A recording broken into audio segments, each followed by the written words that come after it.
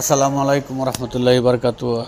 সম্মানিত ভিউয়ার্স, এই যে আমি মাজারের সমস্ত মাজারের উরুসের যে সময় সিন্নি বিতরণের প্রোগ্রামটা তুললাম। এই যে দেখেন সিন্নি বিতরণ করা হচ্ছে, পাবলিকে সিন্নি খাচ্ছে। দেখেন গরুর মাংসের সিন্নি কত চমৎকার।